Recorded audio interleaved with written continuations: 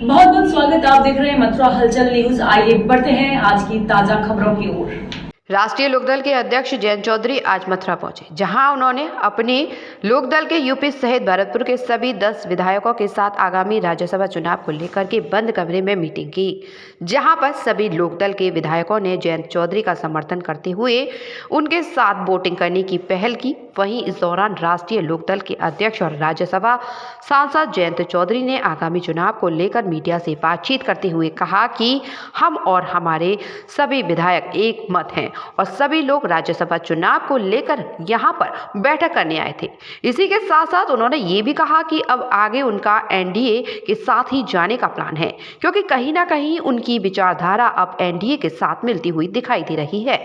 वहीं उन्होंने ये भी कहा कि जिस तरह से कांग्रेस और अखिलेश की जोड़ी यूपी में यात्रा निकाल रही है, उसके लिए वे बहुत कुछ नहीं बोलेंगे। वहीं उन्होंने किसानों के आंदोलन को लेकर कहा कि किसान आंदोलन में जो समस्याएं हैं वह सभी का समाधान होना चाहिए।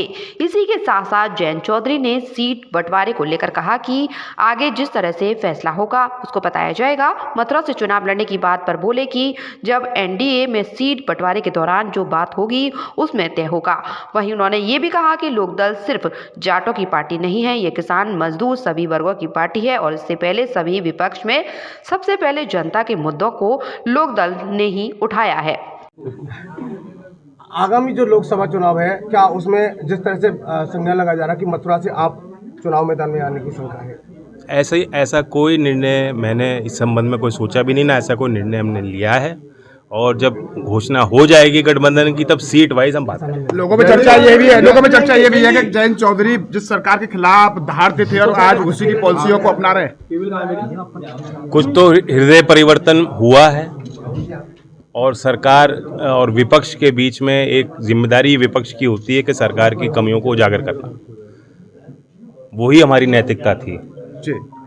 जब हम सरकार के साथ शामिल होंगे, एनडीए में शामिल होंगे, तो अब अंदरूनी तौर पे जो कमियां होंगी उनको उजागर करते रहेंगे, अपने मुद्दों को आगे रखते रहेंगे और सार्वजनिक तौर पर मजबूत कैसे हो गठबंधन उस पर विचार करें। किसानों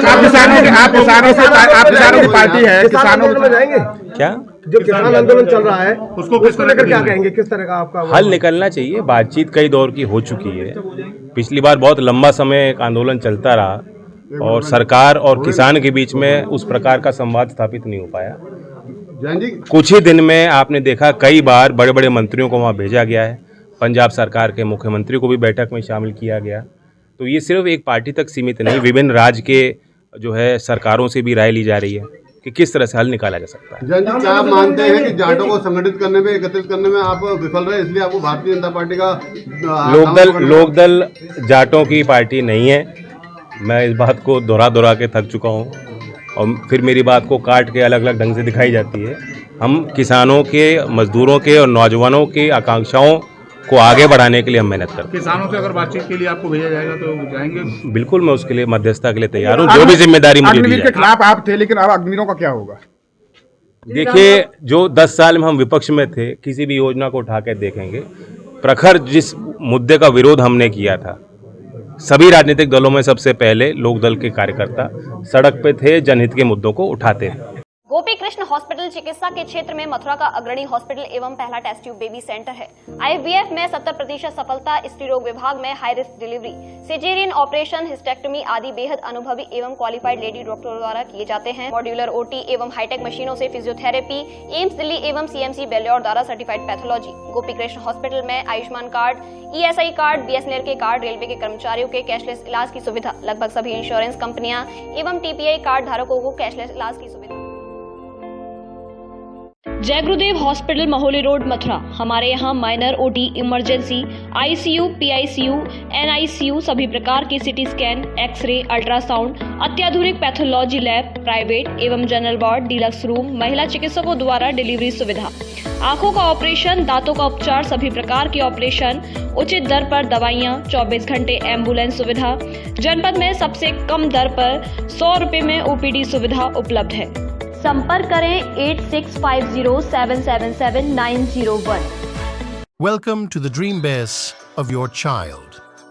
Kanha Makhan Millennium School, the only place in Vrindavan that offers the best learning opportunities through a well-resourced activity room, modern classrooms, futuristic computer and STEM laboratories, dedicated space to train vocals and learn instruments, state-of-the-art sports facilities, a well-stocked library, and cooking lab and recording studio, which provide learning experiences still rare at school level. Because we believe a modern child requires modern facilities to groom.